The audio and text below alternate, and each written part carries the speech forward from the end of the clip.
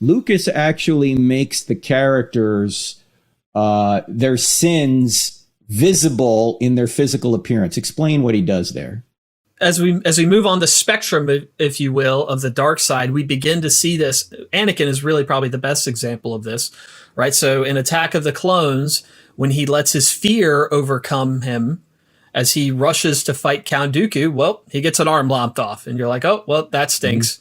All right. And maybe you don't think much of it, but also in the movie, you see him, slaughtering a village of sand people on Tatooine, and seeing his fear really drive him to make decisions. And you may not think much of it, but as we move into Revenge of the Sith, and he progresses even further, you start to see his physical appearance change even more. And so when he succumbs finally to the temptation of Darth Sidious, you see his eyes change to yellow, right? And you see his appearance become a little bit more saggy, if you will. And you see this really when the Emperor fights Mace Windu as well. He goes from, not a bad looking old man to all of a sudden, his skin is kind of like he's got burns all over his face and he's really wrinkly.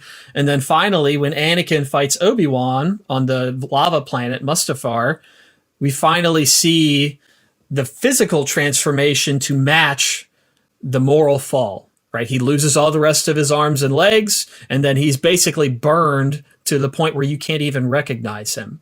And then finally, after that, he's encased in a suit of armor. And then, you get the famous quote from Obi-Wan, he's more machine now than man, twisted and evil. And so you see his appearance match the moral fall that has taken place throughout the course of the series.